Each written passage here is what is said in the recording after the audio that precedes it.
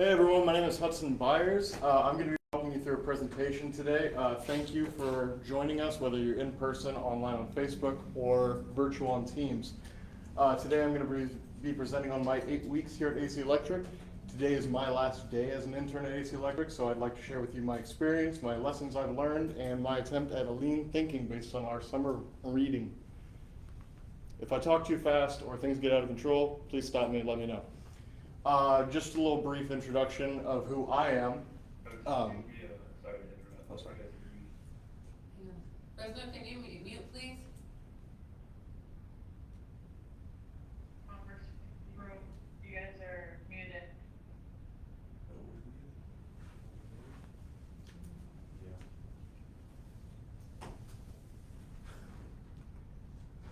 I'll take it back.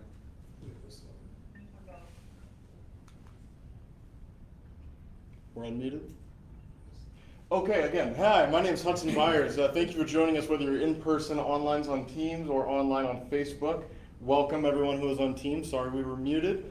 I've spent 8 weeks here at AC Electric. Today is my last day, and I'd like to share with you my experience, the lessons I've learned, and my attempt at lean thinking.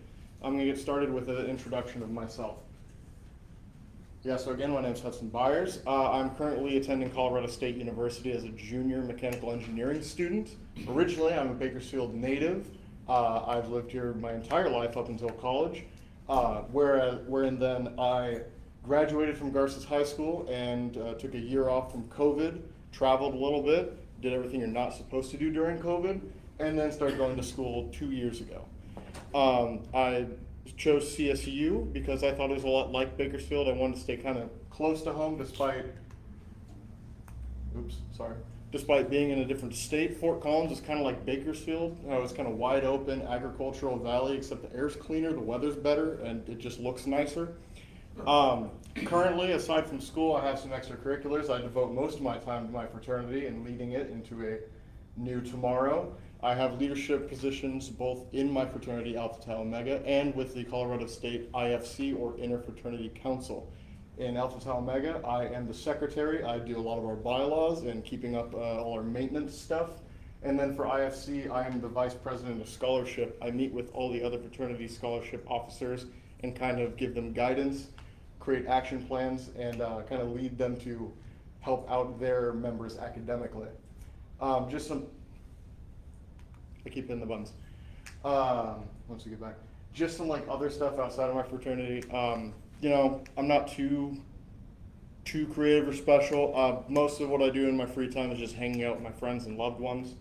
I like to watch movies. Spend a lot of time on YouTube. I watch like practical engineering and other different like YouTube channels based on engineering. And I like to play video games, but nothing too crazy. So now I'd like to get into what AC Electric is about. Over being here for the last 8 weeks, I've learned what our vision means, what are our missions, what do we value, and I've kind of broken them up in some slides and kind of want to walk you through them and why I think they're important.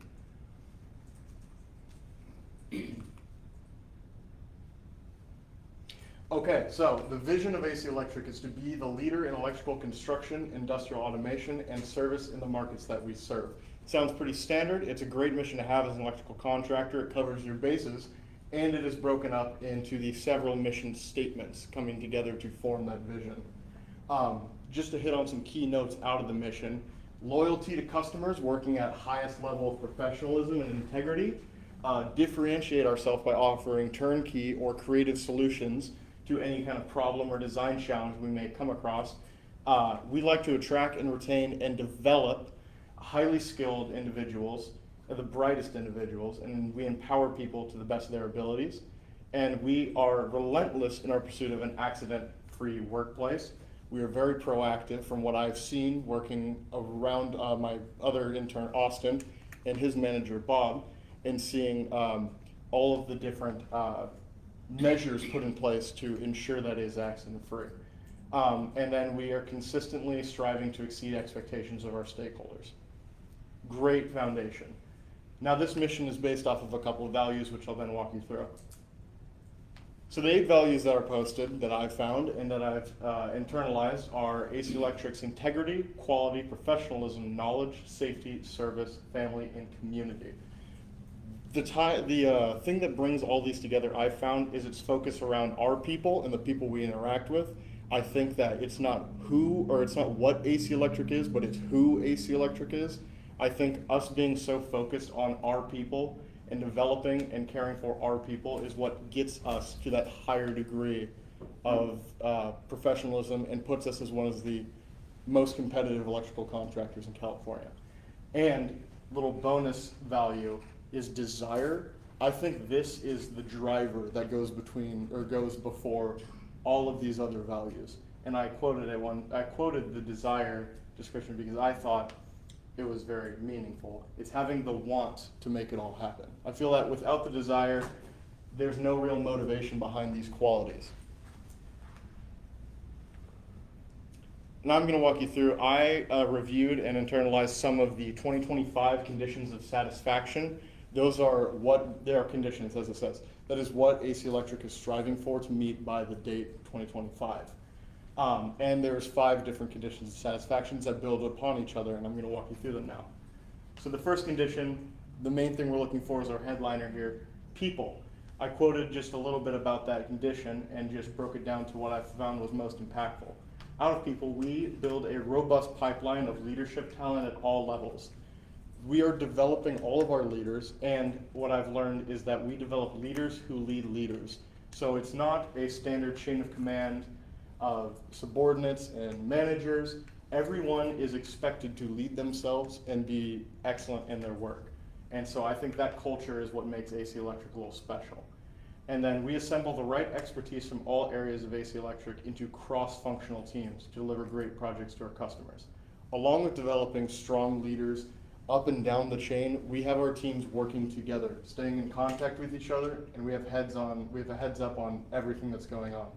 That is essential to good communication, good follow-through, and just having a stronger team as a company. Moving forward, markets. Along with people, we have our customers, our markets who we're working with. AC Electric strives to have profitable growth with robust cash generation through the likely post-COVID recession. Yes. Continued growth of the Bakersfield, Fresno, and Visalia geographic markets while building strong footholds in the Southern California and Sacramento geographic markets. And we strive to be the contractor of choice. Growth. What I took from growth was that we are striving for a 10% net operating income and days sales outstanding under 40 days. What that means is net, not gross, net of what we were pulling from all of our projects. We want to increase 10% of that income. And days sales outstanding, that is the time from once the job is complete to when we are paid out. So keeping that under 40 days. So we are striving to create more successful projects. We're trying to grow as a business with our profits, and we're trying to have that turnaround as quick as possible. We're striving for $140 million revenue for the end of 2022. I don't know if we get that, we're in 2023 now. I didn't do enough research on it. This growth is a combination of organic and acquisition dependent on people of market. We cannot grow unless we are growing our customer base, unless we are growing the people who are completing our projects. That's what I gathered from it. The fourth one was pre-construction. I think this is one of the greatest qualities of AC Electric is our attempt to engineer our solutions. We have a very strong pre-construction department that is working on prefabrication, pre-planning, finding creative solutions to do more work in-house and less work on the field. This gives us more freedoms to put together larger scale projects and have kind of control of it. From my experience going through the prefabrication department at CS, I was seeing how with our forward thinking and proactive approach to designing our solar projects, we were able to put together these kind of inverter modules that could just be taken to a job site and set up there, opposed to starting from scratch and building out. It saves a lot of time. It's a more creative solution. I think it puts us at a competitive edge compared to other contractors. And then service and special projects. Again, I think the special project element it puts us in a different category, it makes us special. And I think that by going to try for 25% of the portfolio of our work being special projects and our just 25% gross income being from special projects. I think that gives us it differentiates us from other contractors. And that was kind of my summation of why I think AC Electric is a little bit different, a little special. I want to move in and talk about my experience as an intern. Here in this photo, we have our interns from here at CS in Bakersfield Division and our interns up in Fresno. I've had a blast working with all of the interns and getting to know them.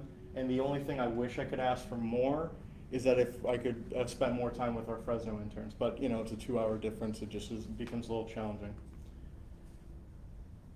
So starting off, where I fit in here as part of this company, I was working with several different teams. I was primarily the procurement intern, working with my manager Candace and my team members Jordan and Adrian.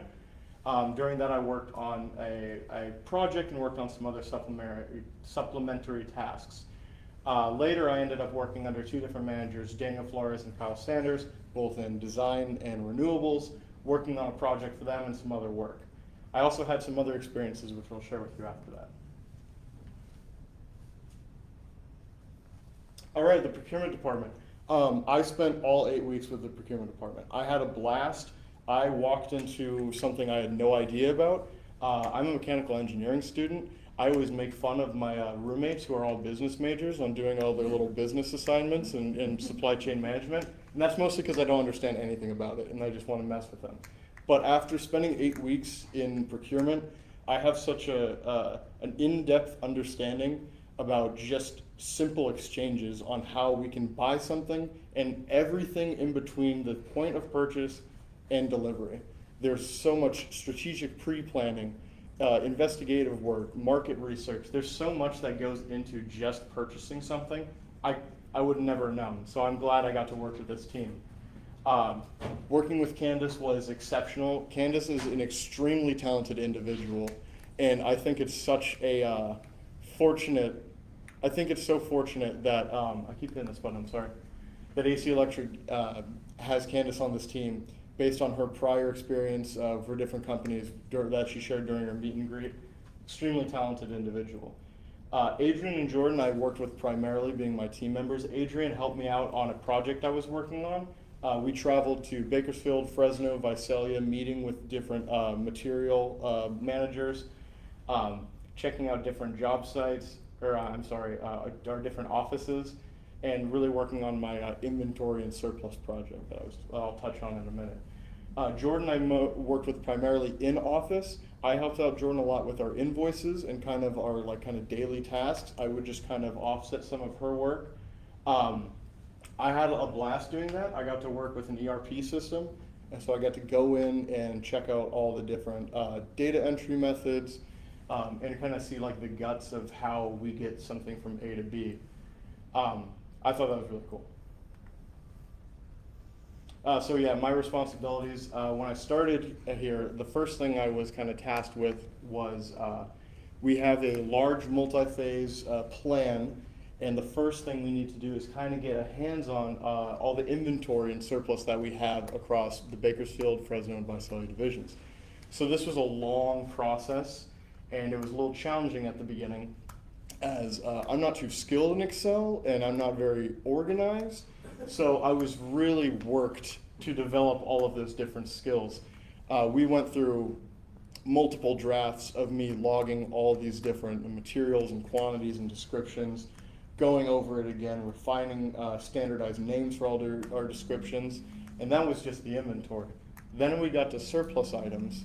I went through researching different items. I learned so much about our different materials, a lot of our switchgear, a lot of our solar products. I went through investigating what they are, who do we buy them from, what job is this from, what are its applications, all to kind of build out this inventory and surplus project and get some transparency on what we have in-house. So that was a huge project that I'll say, even though I kind of wrap things up, it's 95% done as I'm still following up on some more information. And then outside of that, like I said, I was working with Jordan a lot on receiving our incoming invoices, finding proof of delivery, matching them against them, and going into our system and saying, okay, does 1 equal 1, and zeroing things out. So that's a lot of what I did.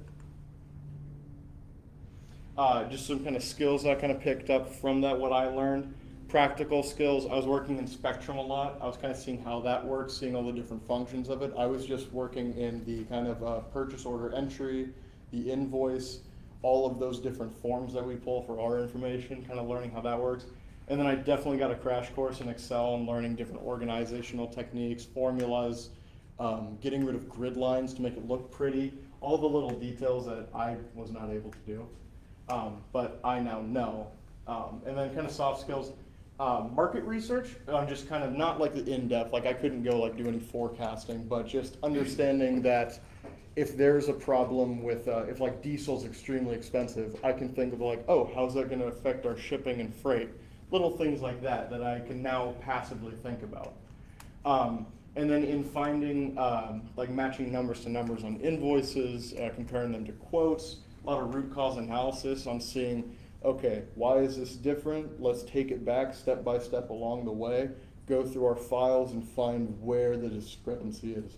Did a lot of that, got a lot of repetitions on tracking down initial problems and causes.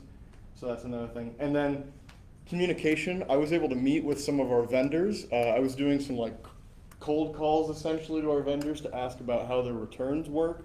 I hate doing that, that's awful. I hate doing phone calls, so that was a skill I definitely built out. And in the end, I made some new contacts. I'm now able to see some of our vendor sales representatives when they come by our offices and say hello. So that's something I like. Kind of going out, it was like a stretch goal for me to kind of talk more and get on the phone, but I'm happy I did that in the end. So now moving on to B division, I was working at CS, now I'm working at B division. I was working with Kyle Sanders and Daniel Flores on a site plan design. I don't know too much of the details as I am nowhere qualified to be doing any of this, but I was enough to get some of the basics going. So while I was up at B division, I was getting a task done for Kyle, reporting up to him, and I was kind of leaning into Daniel to kind of show me different techniques with AutoCAD. He really helped me learn the basics of it, and I think the strongest driver of my success is that he wouldn't ever give me the full answer, and it really encouraged me to kind of dig deep and learn and figure things out for myself. So as I started this site plan where I'm drawing the basic layout of this building we're going to do work on, and kind of framing up on where we're going to place our solar modules, I made 4 different drafts. The first one ranging from what looks like a child's like coloring drawing to, in the end, I developed something that kind of looked somewhat passable. So that was a great experience. I enjoyed getting to know Kyle and Daniel. Kyle gave me a lot of insight on renewables.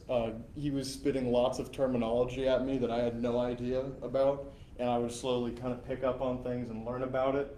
And I thought that was a great experience and a wealth of knowledge. And then Daniel, yeah, he gave me like a kick in the right direction to just kind of use my critical thinking skills, problem solve. And he also showed me kind of like the introduction of a great program being AutoCAD that I can use in the future. So yeah, renewable responsibilities and design. I kind of just talked about that, bled over slides, but that's okay. Yeah, so my time there was based on one project essentially. So I worked on that project for about a week and a half. I got down to pretty specific details. I was working on a parking lot and the main structure for a Toyota dealership somewhere down south. I drew out the site, tried to get it as accurate as possible, measured out our parking stalls, and kind of overlaid through the helioscope program, overlaid our solar modules so that they can propose and hopefully go to bid that project. Outside of that project, I did some data entry work for Kyle. I went through and entered in some information about some electrical meters that we were pulling from. So that was just a data entry project. And then I also partially helped him track down someone to sub out an architectural rendering or like just one of the presentation style images of another project we worked on. And so yeah, like lessons, practical skill of course was learning AutoCAD. It's a great tool for any kind of industry. I'm a mechanical engineer. I could soon to be a mechanical engineer, something I could utilize, but that program crosses several industries. Soft skills, definitely problem solving, critical thinking. Not always having the answers really helped me kind of dig deep and figure things out.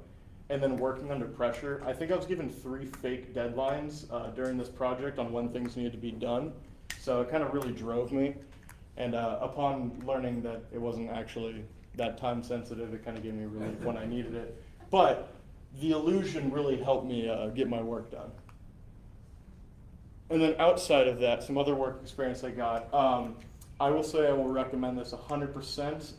I liked to meet all of our different managers. I would ask questions as much as I felt comfortable. Still kind of breaking out of that shell, trying to talk more. But I would ask, hey, what do you do for work? Or what are you up to? And then I'd get invited to go to things. So I got to go to a contract price and scope meeting. That was a lot of fun. I didn't have a clue what I was doing or what I was there for, but I was just smiling and listening. I was there with Margaret Palmer, Chris Rothschild, and our other intern, Grant. I ended up being a participating member in this contracts meeting. I was asked different questions about how would you phrase this proposal, or how would you react if they said we can't change that on our prime contract. And it was a cool experience to just kind of put myself out in something I had no clue what I was doing, yet again. I also got to sit in a projection meeting at Bakersfield Division. That was really cool because I got to see a lot of experts at work. It was exciting to see over, 20 or 30 different jobs being ran through on details on where AC was at with this part of the project and this part of the project, and seeing our different project managers be right there to respond on all the details, and if not, they were quick to get answers, and I thought that was very admirable on how informed everyone was and on top of things. Okay, so like my 5 takeaways out of this thing, from all the advice I've got from different managers, from what I've learned from our summer reading, we read 2 Second Lean, Extreme Ownership, and we are currently reading The 7 Habits by Stephen Covey. I took like 5 kind of general things out of it. First being compartmentalization, keeping different parts of work separate, keeping work away from personal life, helping me stay focused during work and not being bothered by my personal life, and when I'm trying to enjoy my personal life, not thinking about work. I felt that it helped me excel in both. I keep hitting these buttons.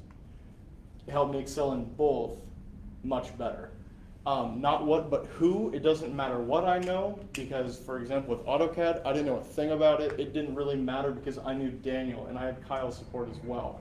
So despite not knowing a thing about how to get that project done, I had resources where I could reach out and ask, how can I get this done? Where can you support me? That was great.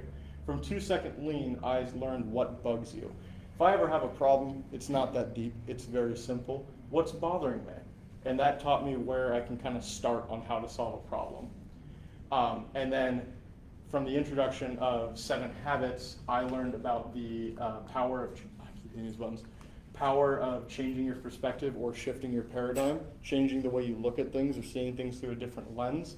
I kind of learned and have been practicing, okay, if I'm struggling on this or if I need help, who do I know who's better at this, and how can I see the problem through their eyes? Or better yet, instead of trying to see it through their eyes, let me go ask them on what they think. Or if I have something that's impacting someone else, or there's a disagreement, I will take more time to think about, well, how do they see it? How is this affecting them differently than it's affecting me? And then the last one I got from Margaret during our contracts meeting, which is time blocking. This is kind of a more practical thing that I've been testing out and using. Instead of working on something for 3 hours and burning myself out, her advice and what I've been trying to put into my schedule is working on something for an hour and then taking like 10 minutes to do something completely different and put it on the back end. That's been great for my productivity and great for my stress. So those are my 5 big takeaways out of this work experience. Room for improvement for the internship, not a whole lot. Most of it's Margaret's fault because she told me all the cool stuff that we didn't do this summer. One of them being a time management workshop. I have awful time management, that would have been great for me, but I have other ways to amend that. And then I'd like to learn more about contracts. I had a blast learning from Grant and Margaret and Danica about all the different contract-related things that affect our overall business. I thought that was really cool. So if there was like a contracts-related workshop, I'd do that. And then I mentioned this before, but I'd like to do more between Bakersfield and Fresno. I understand it's difficult. Granted, we don't have a lot of time. We're all busy with our jobs, and they're 2 hours away. So in-person things are tricky, but if it could be done, it could be done. I'm going to go into my lien proposal now. I've been working for these 8 weeks with procurement, and I've been managing inventory and surplus, and something I noticed was a lot of materials that I can find lying around at different sites. So my lien proposal is going to be on what I'm going to call the Proactive Return Initiative. So what's up? When I started this project, I was seeing huge amounts of electrical supplies sitting around our different job sites and wondering, why is this here? Why is this here and what is it doing here?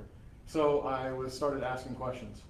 To get me to ask the questions I have no idea what Paul Ager's voice sounds like from 2 Second Liens, but I see his face on the front cover and can only picture it. So I've never heard his voice, but I could hear him asking, why is there waste?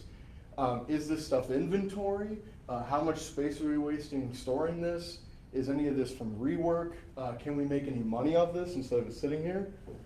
These are questions that kind of like poked at me and prodded at me and led me to kind of do more investigation on why these materials that were coming back from jobs are not being returned to our vendors.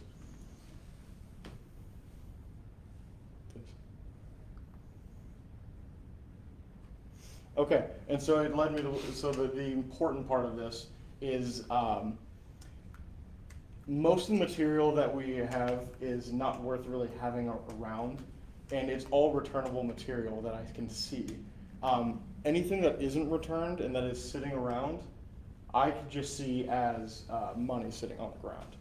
And so I can see that as kind of a wasted opportunity. So why isn't the material being returned? I found that it is being returned, it's just being returned very slowly. What I found out is the majority of material that sits at our different warehouses all come from the end of a job, and at that point our materials are mixed together. These materials could be from different vendors, they could be in different conditions, and those are all important factors on figuring out who we should return it to, and if it is returnable. So we found that things were just going slower, and I'm trying to figure out what we can do about it. So I found that the 3 important drawbacks of our material not being returned is proper documentation on the material we intend to return, communication on when we intend to return it, who we intend to return it to, and when can we start these processes, and then our approach to returning materials, which seem to be very reactive. We intend to return materials and clear out our inventory at the end of a job, or when we get it, or when it arrives at a different warehouse, instead of planning on doing it ahead of time. So kind of going into this, to kind of address these issues, I did some investigative work in calling our different vendors on their return processes and asking them what they need from us to get returns through faster and to get money back in our pockets and credits back to us. And what I found is, as far as documents go, they need itemized lists of descriptions and quantities. I mean, it's just something we already have.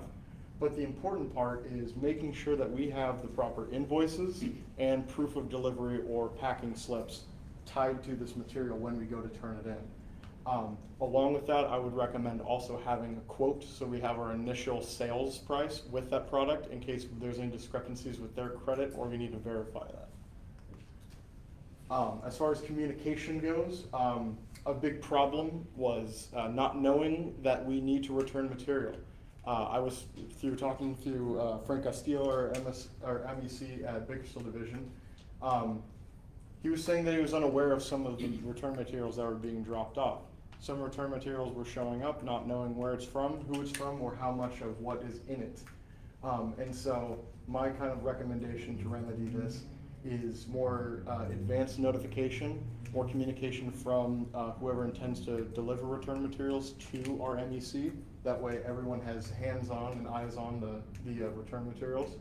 And then just hammering home that beforehand, saying how much we intend to return or what we're trying to return. Different items like 20-foot conduit obviously take up more space than small boxes of fittings. So knowing what it is and how much of it is there is important for our organization and management of our returns. And then the last issue is the reactivity. I think this is the greatest detriment to our effective and timely returns. Material, I think, should have scheduled removal and should be returned throughout the job's progression rather than all returned at the end of a job. When materials removed in mass from a job at closeout, the volume can be large, up to, I think I was told, 20 or 30 pallets of various materials being returned at once. And not being able to effectively identify those materials, quantize those materials, and process them leaves us with a lot of clutter and space that we should have open for job stacks or for new and upcoming jobs. So I think scheduled material removal is important and regular removals. So regularly scheduling, whether it be every week, which might be a little too frequent, or every month, or quarterly. For certain jobs that might take over a year, I think would be a good change to have. So kind of bringing it together, the process as follows that I'm recommending is periodic material cleanup. So whether it be the first Monday of each month or the first Monday of each quarter, whatever it is, an on-site skilled worker could conduct a visual inspection of the job site and write down and document any materials that are no longer being used or we know we are not going to use, and then report them to a foreman or general foreman. When it's determined that there are returnable materials, a material return sheet, just a basic description and a quantity list, be filled out. So my suggestion that material return sheet is, material return sheet is emailed to the MEC and procurement is CC'd. That way at the same time, we can schedule when the MEC can go and pick up those materials and collect them and remove them from a job site. And procurement can begin starting that return request process and get that out of there. So the MRS provides material descriptions, quantities, vendor, and job information. MEC is notified and sent the sheet in advance and should be able to pick up the next day or soon after, depending on the circumstances and how frequently they're visiting that job. With the material return sheet, packing lists for the material are attached. That way we have proof of who we bought it for and can return it to our vendor easily. By fulfilling returns regularly, with documentation, we are guaranteed to recover the cost of our purchase at the cost we were sold it, rather than a cost of the current goods. Through investigating and talking to our vendors, if they are unable to identify the purchase order the purchase order that we bought the material from, if they can't track down the original proof of sale, they will just return us a credit based on the current price, which could either, if the cost of those goods has increased since we bought them, benefit us in giving us a higher value on our return, or if it's the other way around, those materials have gone down in cost, we could be getting a return at a fraction of what we paid it for. So I think having the consistency guarantees that we don't have that negative return value. By returning a large quantity at the end of a job without documentation, so if we can reduce this large volume of material coming in all at the end and just break it up into smaller returns periodically through a job, I think it will be a lot more manageable, and we can guarantee that we can connect documentation to all of those return materials.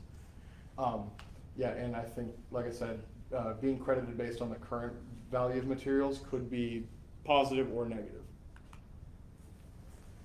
Ideally, this is what a flow would look like.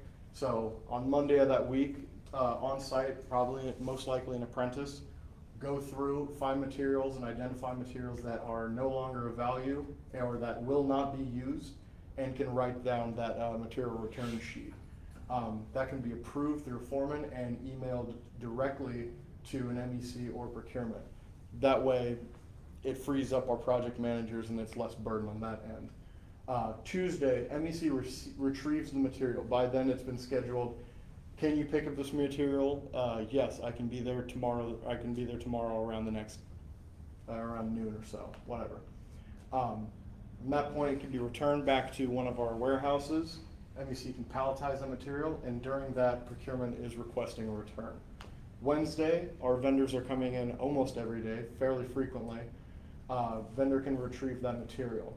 And according to what they said on that return time, sometime between 3 and 5 business days, that material, assuming it has all the proper documentation and is all returnable, can be recorded and reported back to us.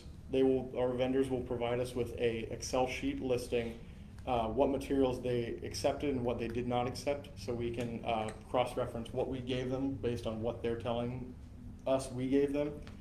And then at the same time, by then, our vendor, as accounting department, will credit our account. Very basic sheet, something like this. I was talking with Michael and taking a look at Go Forms. So an easy sheet like this that has our job information on it, date, address, when we need it picked up, with line items describing what the material is, how much of it is there, and who we bought it from, and if they need to return it. So all that basic information on a sheet. Something like this could be sent out to our MEC and to our procurement department. A small sheet like this is a lot more easier to manage than a sheet that has over 100, 200 line items. So considerations with this recommendation, with more frequent and regular material return process in place, someone must be responsible for carrying out this process, going and filling out that sheet and reporting it back. On the field, like I said, I think this responsibility for gathering material counts is most likely going to fall onto an apprentice on that job.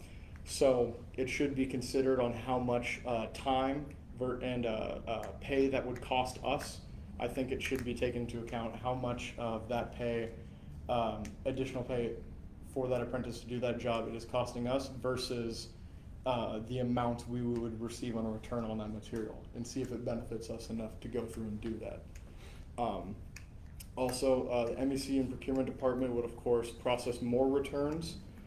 That would take up time. However, I think it is time spent on smaller organized return would be less than time spent on a single less organized return. So those are my thoughts and considerations on that. I'd like to thank everyone for sitting through this very long presentation. Thank you everyone in person, online, and on Facebook. I appreciate it. That concludes my presentation. I will now open to any questions or comments. Or clarifications. Yes.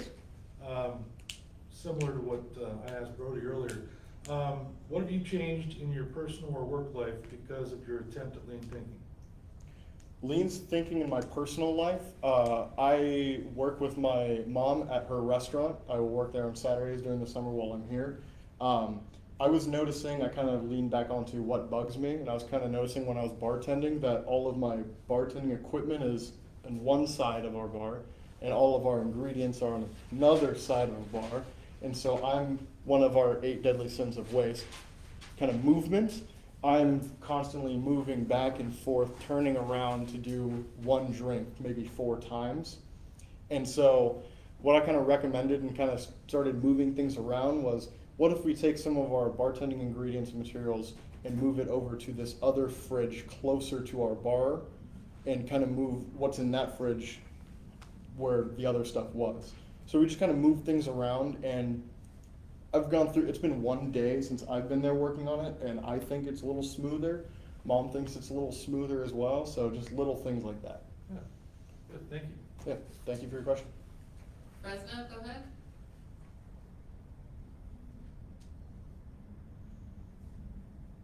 You guys hear me? Yes. Okay, hey Hudson, good job on your presentation.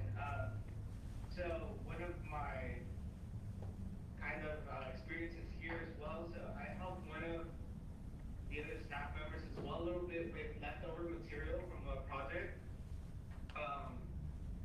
We got it from a seed trade, brought it back to his office, there was a lot of boxes, and we spent like half a day sorting just like different size wires, and some fiber optics, and it was like a pretty extensive process, like kind of sort everything, kind of get it to where it needs to go. So I like your process a lot, and I just reflecting off of Brody's presentation. What if we could slap on like one of the QR codes that brings up the vendor's information, specific point of reference for returns, phone number, email, even their picture, just so the process is smoother, so we're not guessing when we grab a package, scan it, and just know exactly who we need to contact for whatever information we need to do or give to or return. It's just a suggestion. I like the way you think about that. I know that's a cross-department effort to kind of automate more processes here at AC Electric. I think that if we could somehow include QR codes in our different materials, it would speed things up for a lot of people. As we are currently working on standardizing product names and getting tabs on more vendor contact information, I think that's a process we might see in the future. I love that idea, and I want to see that work out. As we develop more in our procurement software and our organizational methods, I think that's something that could definitely be possible. Margaret? Yes. So I have a question about the time blocking, Hudson. I want to hear an example of how you plan to use time blocking either in your studies or your fraternity activities. Do you plan to use a planner, your phone, Outlook? What kind of method are you thinking would work for you, and how do you plan to implement? Great question. Through the new implementation in the procurement department, and after watching a previous intern's presentation, I've been shown Monday.com, and that's something I've used throughout my internship to kind of break up my projects and my daily tasks. I really like that I'm able to put in timelines, and it'll show up in a Gantt chart or some other kind of like flow chart of what I need to do and when I need to do it.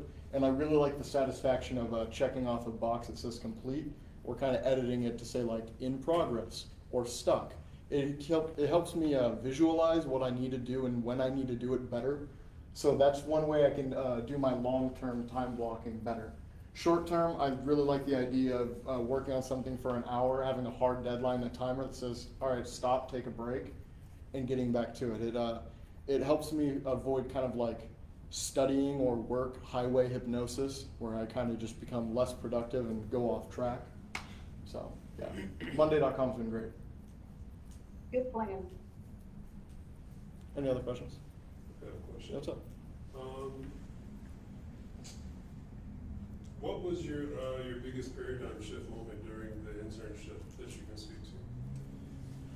Oh, let's see. It's been a lot of good moments. There's been a lot of difficult moments. I think when I was starting off with our renewables design program, I was focusing on learning AutoCAD and really having a hard time figuring out the tools and understanding what I need to do.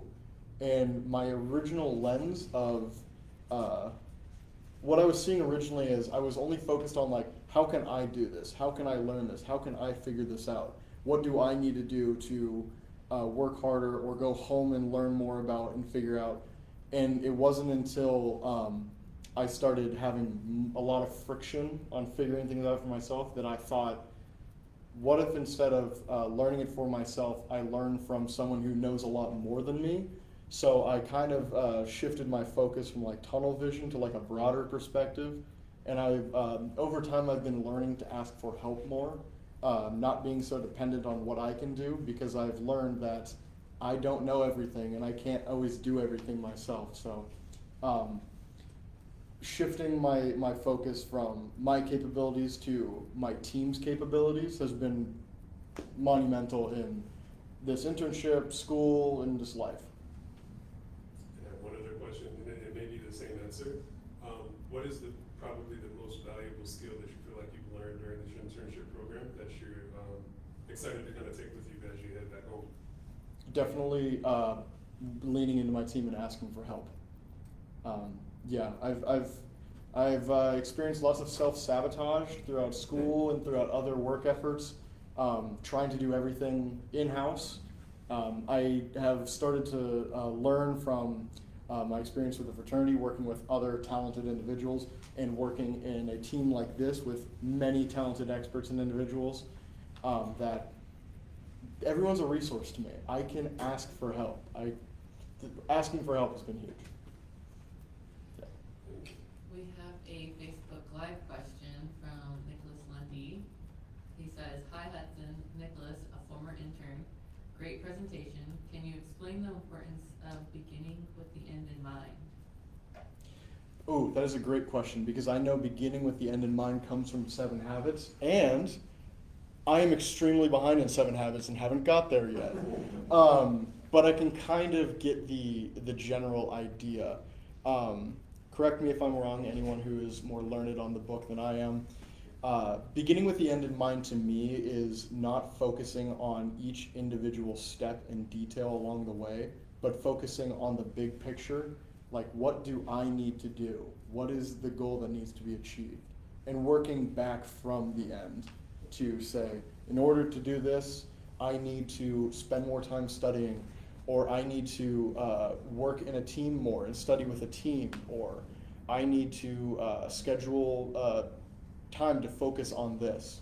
So I would say that not getting caught up in the immediate next step and the minute details, but focusing on the big picture.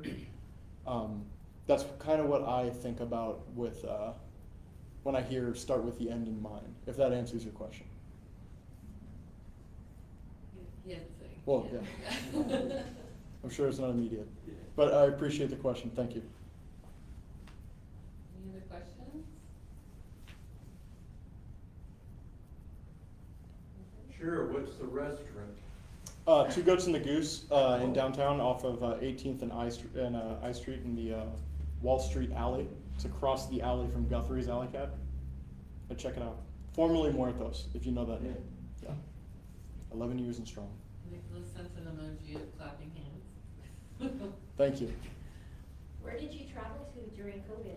Oh, goodness. So what happened during COVID is I graduated high school, and then I started working for a company in McFarland in the summer heat and got really tired of that very quickly. So I decided to move in with my uncle in Pittsburgh. So I moved to Pittsburgh for 6 months, and during that time I was working for his clean room maintenance and design company. I was a, what did I do? I was a preventative maintenance, like trainee-ish technician. I basically just vacuumed and read different numbers on equipment we used to test air and surface samples. So during that time, during COVID, I was working exclusively in hospitals, and I was traveling across state lines. Not what you're supposed to do, but I was in West Virginia, Pennsylvania, Michigan, Ohio, Indiana, New Jersey, New York, and a short stint in Maryland. So I traveled most of that kind of like Great Lakes, East Coast area, and it was a lot of fun. Thank you. Great. Last call for any other questions before we let Hudson go. All right, well, thank you, Hudson. Thank you, everyone.